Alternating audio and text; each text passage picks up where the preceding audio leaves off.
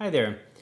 My name's Ryan Weiss, and I am partner in an agency called Weiss Software. And I wanted to share a quick AI real-world example that we used. I actually put it together this weekend to help solve a problem that I've been procrastinating on for a while. Let me jump straight in and show you what the problem I was trying to solve looks like. What we want to do is we have people that we get in contact with through email and text message, like Slack channels and things like that. And they will be looking for help with the kind of things we help with. And we want to be able to craft a response after we've asked them a few priming questions to figure out what the qualities they're looking for in a person or team that would solve that problem are, and what values they have that they're looking for, and just what the objectives are. And then we want to be able to send a message back that says, look, this is what we're understanding that you're trying to accomplish, and the kind of qualities you think you need to have in a team or person. And here are people talking about those qualities with us.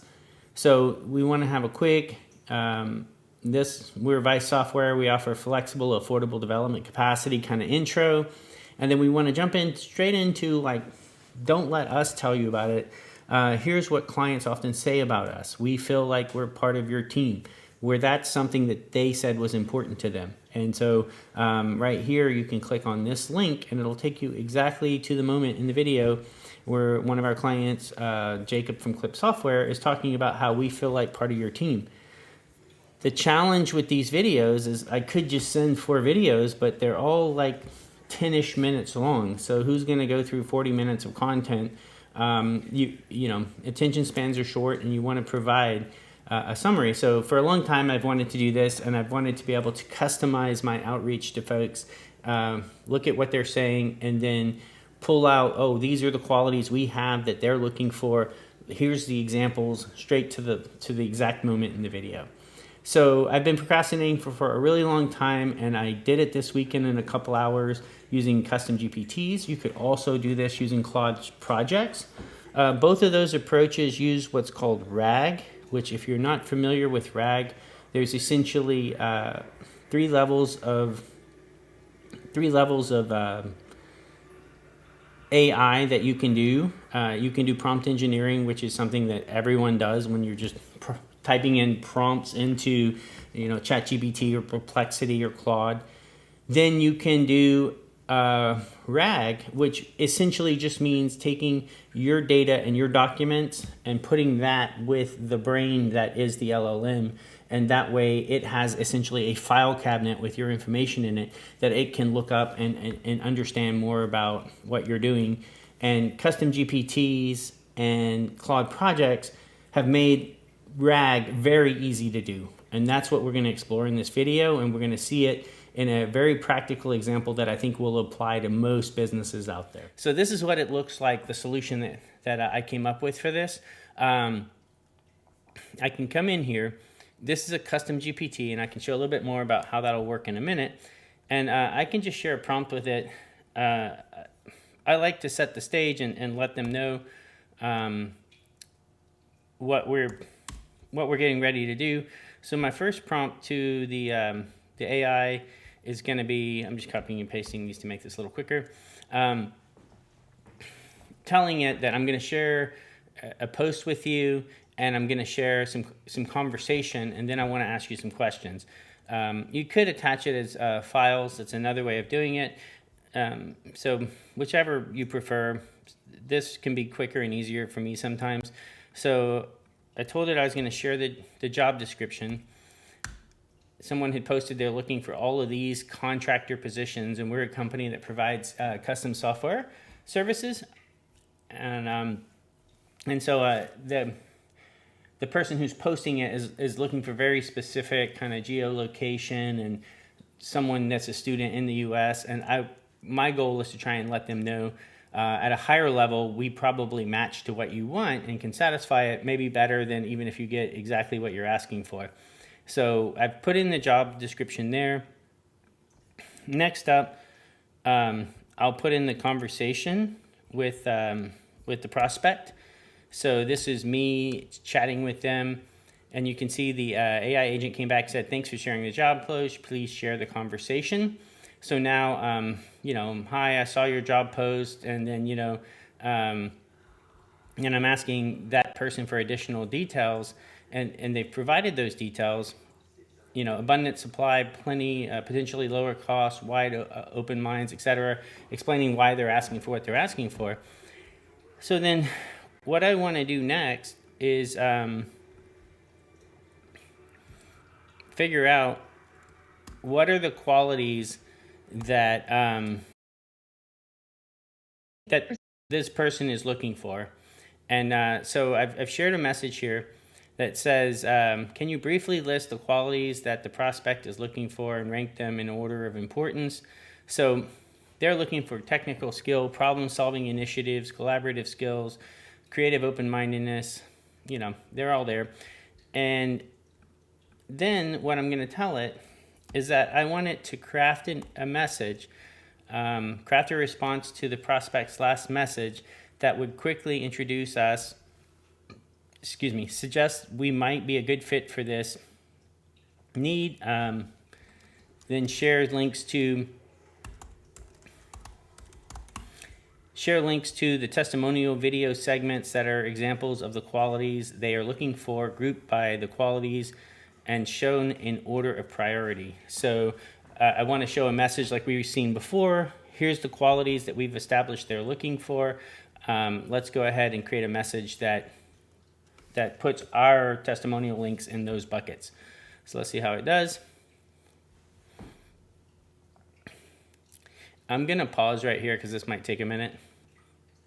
Okay, so it's gotten going here, saying thank you for providing your thoughtful responses. It sounds like a fascinating project with immense creative potential. I'd probably soften the wording a little there, and I could have just told it to be more casual with its tone, which is another way I might approach it. I believe Vice Software could be an excellent fit for your needs. We specialize in providing high quality, affordable development capacity and have a proven track record of delivering results on complex, cutting-edge projects. Our approach emphasizes seamless collaboration, technical excellence, and creative problem solving. So these are things that person who was looking for someone is looking is one of the needs they're trying to satisfy with the folks they're trying to hire. Below, I've grouped links to video testimonial segments that align with the qualities you're prioritizing for this role. Number 1, technical skills.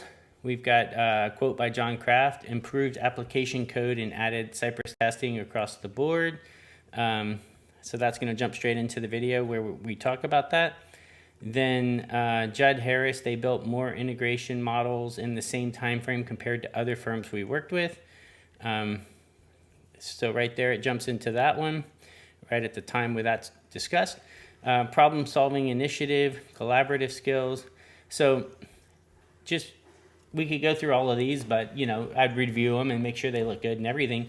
I'd love to explore how Vice Software could support your project and help you achieve your goals. Please let me know if you'd like to set up time to discuss further. So it's a huge time saver for me.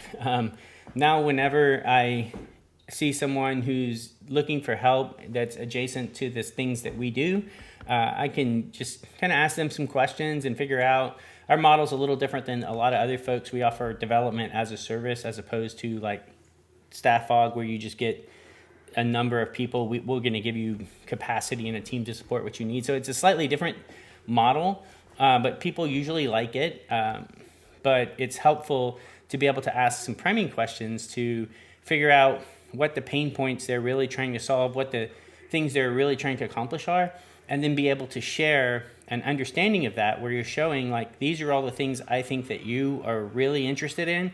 And by the way, these are people talking about how good we are at those things. So I feel like whether or not that's a great sales technique, it's what I want to do. And this tool is allowing me to do it a lot quicker than if I just tried to dig through and create a spreadsheet and do all these things. The way that I accomplish this, I can jump into that real quick now. I'm using this technique called custom GPTs. So this is the custom GPT I created here.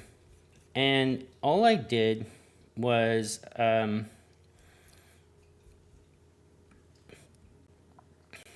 These are the files. I like to store the files in my custom GPTs in a folder. Ideally, you would want to put it like in a Google Drive or some kind of versioned online folder. I think it's important to have the documents because the AI, the model, you might use ChatGPT now. You might decide later that you want to move to Claude. This stuff changes not only by the week but by the day, like what the leader is. There's DeepSeek now that's or DeepSeek from China that's this free open source model.